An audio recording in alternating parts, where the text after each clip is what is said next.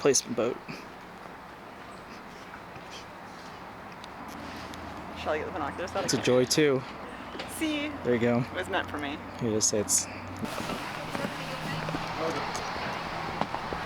Today, let's just try to stay on board the boat. We don't want to fall overboard. It's been 86 years that this company has existed, and nobody has ever fallen overboard, so we don't want to break that streak today. We also have fire extinguishers throughout the boat.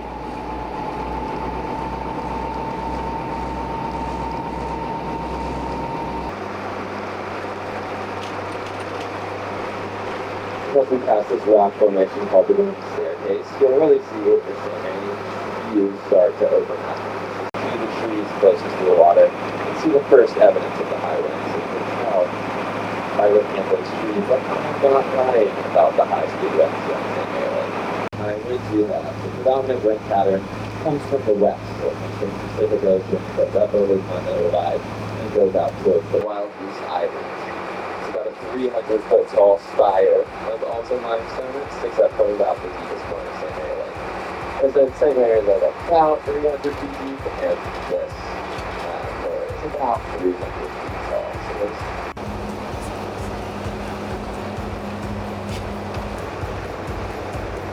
So landmarks in Glacier, and that was Wild Goose Island. It's the homepage for the Glacier National Park website, and it's also in a few movies. So if you've ever seen The Shining, you probably have seen Wild Goose Island even before you got into St. Mary Lake. But now we're passing by the most famous landmark. This is what people think of when they think of Glacier, and that is with going to the Sun Road. So on the right side of the boat, we've got Goat Mountain. It's this big mountain peeking over here. And there's a small cliff band kind of close to the water. And on the bottom of that, you can see cars driving along to go into the Sun Road. Public. So they start hard. It wasn't going to wind through a mountain. Service public mountain of flat top is going to the sun benefit. And so not only do they publish the story, or do they publish that the road is named after the mountain, they also publish what the mountain was named after. The Park Service, despite them saying going to the sun is a Blackfeet name, they don't even call this mountain going to the sun mountain. They call it Lone High Peak because it is the tallest peak in the St. Mary Valley, standing at just under 9,700 feet tall. Today we've had all season. It's been very, very cold and rainy. But in 2015 it's very warm and dry. So pretty much all of the brush all the way to make our guesses. So that time either. So in 1912, just a few years after the park was established, the Great Northern Railroad, which is a passenger railway, who had their tracks sit on the edge of the National Park, and we thought we need to build somewhere for people to stay. And all of our customers drive the train tracks out here, they need somewhere to stay, so they built a series of chalets. They were buying the remnants of obviously it's not standing, but if you look left here out on the left, you'll see a kind of down bumble. And that was... Let's go back to the speaker.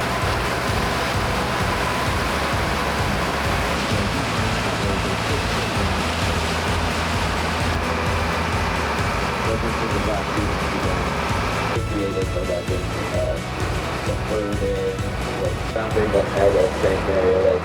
We can go through this about 30 minutes, it'll be about 30 minutes.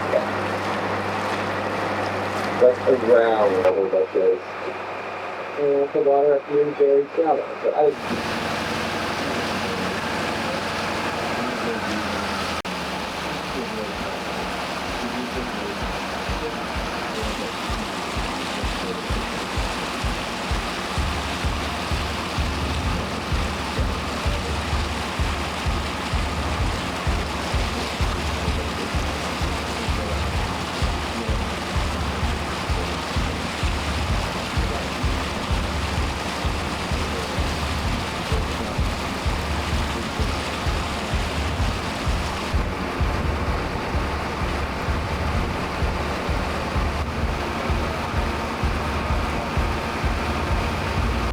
In Glacier, the water splits in 3 different directions where what's called a hydrological apex point.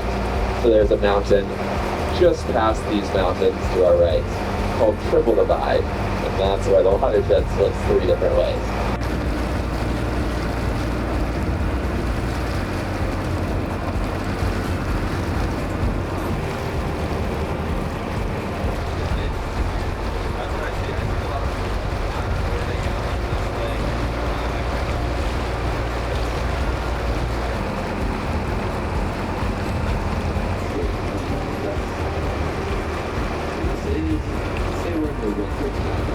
Those temperatures and the temperature swings that we have really a lot of increase.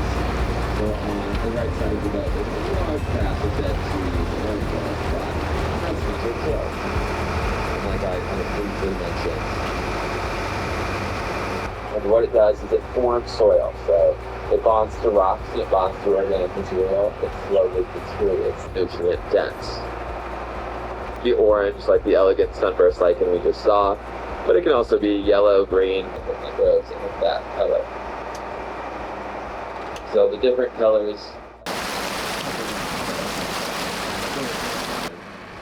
flat top. If you follow down the left, Texas Glacier still meets the requirements.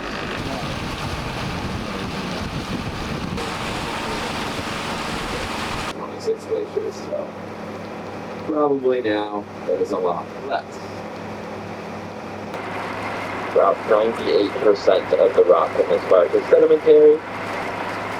It was all deposited during the era of the Belt Sea. So there used to be an inland sea that covered all of Glacier, about the size of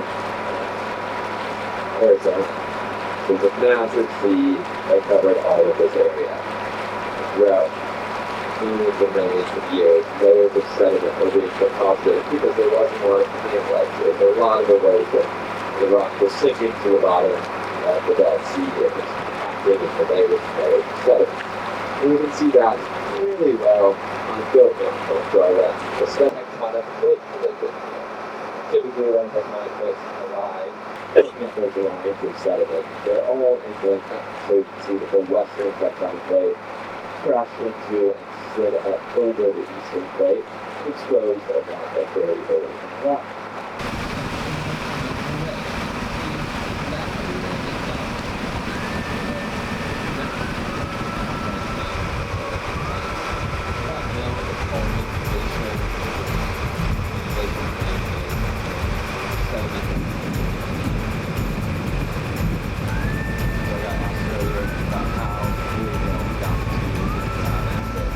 That is referred to as the Scout Trail, the Boy Scout Trail, the Red Eagle Trail. There's a lot of different names to it. But the front legs have to be very, very strong. A black bear has stronger hind legs, so the larger rump, it's got strong hind leg muscles. And that's because they spend a lot of time climbing trees in bear country, so it's important to be bear aware. That means travel in groups when you're out of your car, make lots of noise, and carry bear spray. You also want to stay pretty far away from bears. I know we all want to get the best picture, but you don't want to get within 100 yards of bears.